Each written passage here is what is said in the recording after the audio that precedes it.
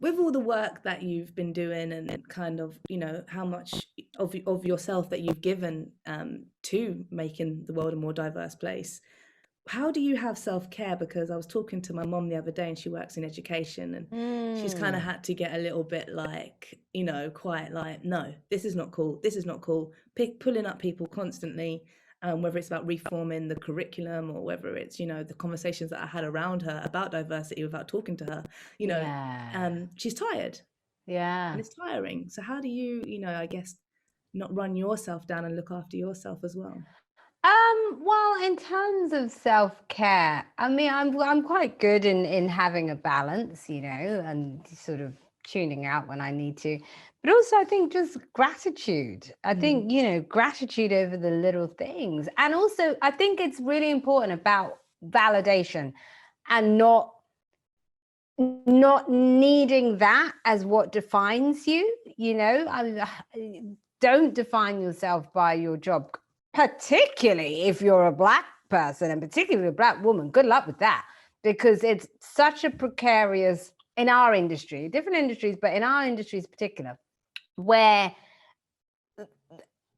everything, you're going to be coming up constantly up against rejection.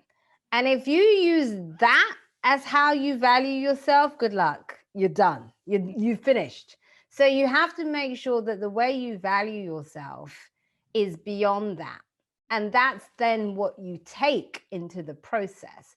And if someone accepts it, great. If someone doesn't, no problem. There'll be somebody else who does.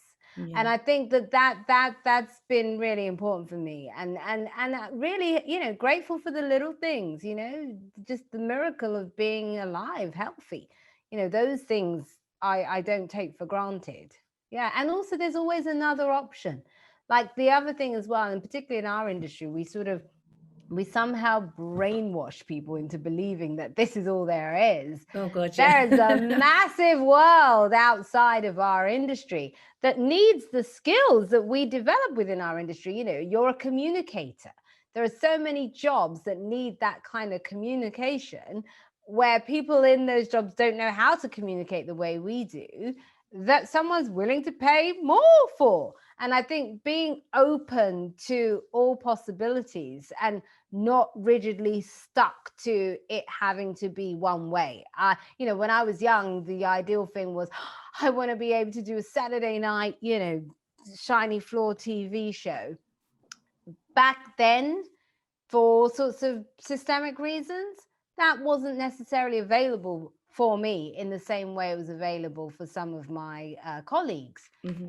But the wonderful thing was it meant that I was able to develop a whole different side of my career, which is what's got me to where I am now. So had I just stuck with, oh my God, if I don't get this, that's it, there's no way I'd be doing what I'm doing now. I had to take a bit of a detour, and it was Yeah. fine in the end. So so I would say, be open to all possibilities and all opportunities.